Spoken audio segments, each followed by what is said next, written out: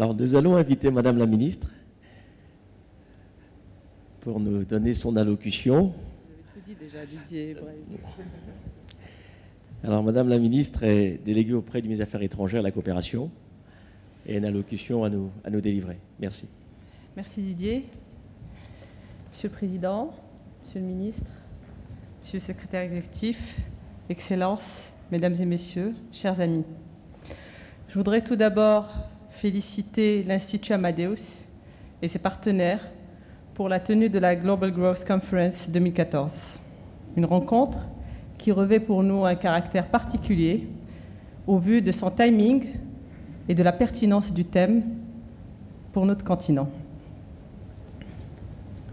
Au vu de toute l'actualité africaine, d'abord politique, du nord au sud, de l'est vers l'ouest, beaucoup parleront et parleraient des menaces sécuritaires, d'instabilité politique, de pauvreté, de chômage, d'inégalité, etc.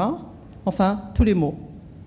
Cependant, et nous savons tous ici présents, ainsi que tous les observateurs avertis, comment l'Afrique, notre continent, regorge de potentialités, d'opportunités. Nous voyons en notre continent la terre de l'avenir.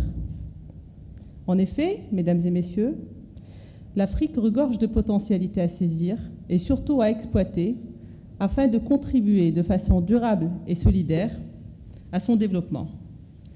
Le portefeuille de possibilités dont recèle notre continent est immense et couvre un large panel de ressources naturelles, humaines, de secteurs, comme cela a déjà été évoqué, des secteurs variant de l'agriculture à la banque, tout en passant par le tourisme, l'énergie, l'électricité, le BTP, pour ne citer que ces derniers.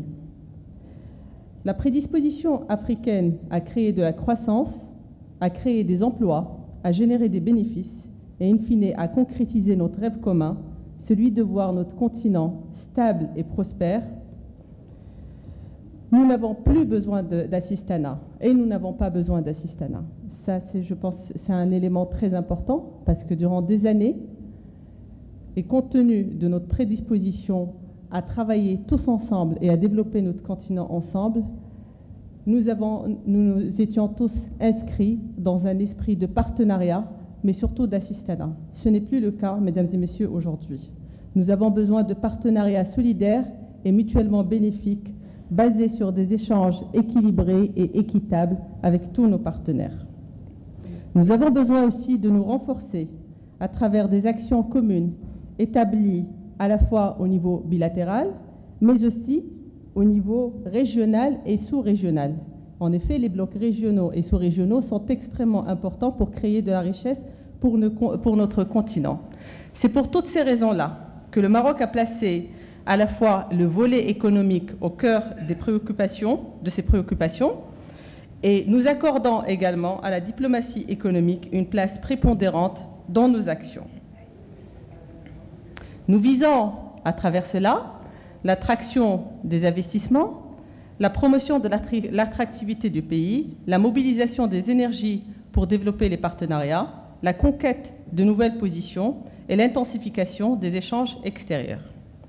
L'Afrique constitue pour nous la première priorité dans le cadre de notre nouvelle stratégie de diplomatie économique.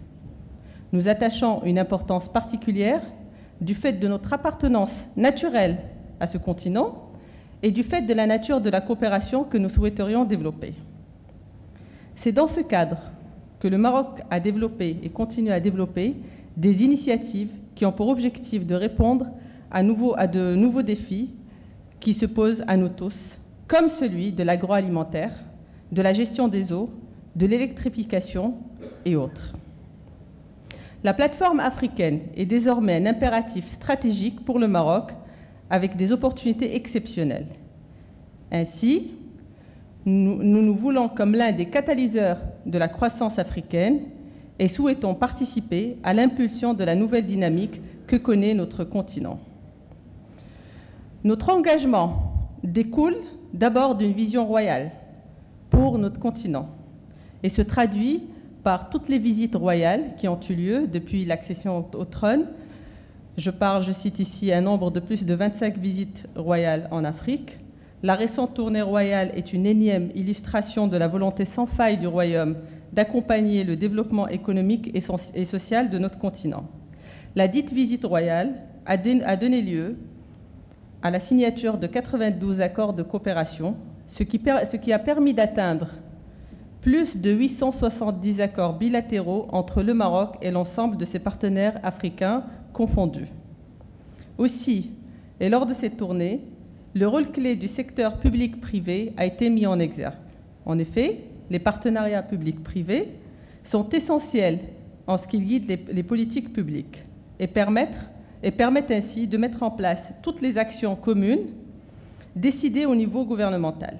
D'ailleurs, et à ce titre, un comité de suivi a été mis en place depuis le retour de Sa Majesté de cette visite royale pour garantir la réalisation de toutes ces actions.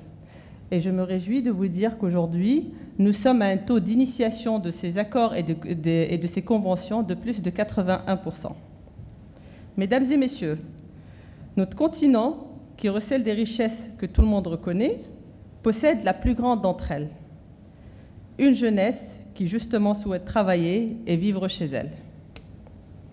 Tout cela n'est possible que si nous-mêmes, nous prenons notre avenir en main, nous-mêmes Africains, dans une volonté commune d'ouverture, de partage, d'échange et dans un esprit de co-développement assumé. Et justement, c'est dans cet esprit-là que le Maroc a initié un nouveau concept d'Alliance africaine pour la migration, qui se veut une plateforme de réflexion et de proposition, pas seulement pour la migration en tant que telle, mais pour l'emploi, la prospérité et les échanges commerciaux, convaincus que ce sont là les axes d'amélioration qui permettraient de répondre parfaitement aux défis migratoires. Je suis convaincue que nos pays ont la volonté et les atouts pour y parvenir, et nous avons déjà commencé. Notre taux de croissance, comme cela a déjà été dit, est le plus élevé alors que la crise mondiale sévit. Le développement socio-économique africain est en cours, et ce de façon fulgurante. L'éducation atteint les régions les plus reculées. Nos hommes d'affaires se rencontrent de plus en plus et diversifient leurs activités. Pour continuer sur cette voie de prospérité partagée, il s'agit de faire de nos économies, qui sont complémentaires, et surtout de les mettre à profit pour servir de locomotive au développement. C'est en travaillant, je le répète, main dans la main, que nous y parviendrons. Mesdames, Messieurs, au moment où je vous parle, d'autres initiatives marocaines et pro-africaines sont en cours. Je cite à titre d'exemple la tenue du Forum économique Maroc-Gabon, les préparatifs pour le Forum économique Maroc-Mali, les différentes délégations présentes au Maroc ces jours-ci, et aussi la tenue du Salon international de l'agriculture à Meknès pour l'édition 2014, augurant ainsi d'une nouvelle dynamique agricole, cette fois-ci pas seulement marocaine, mais africaine. Je vous souhaite une bonne continuation. Merci beaucoup, Madame la Ministre, pour cette vision tout à fait limpide de ce que peut être l'Afrique à travers l'exemple du Maroc.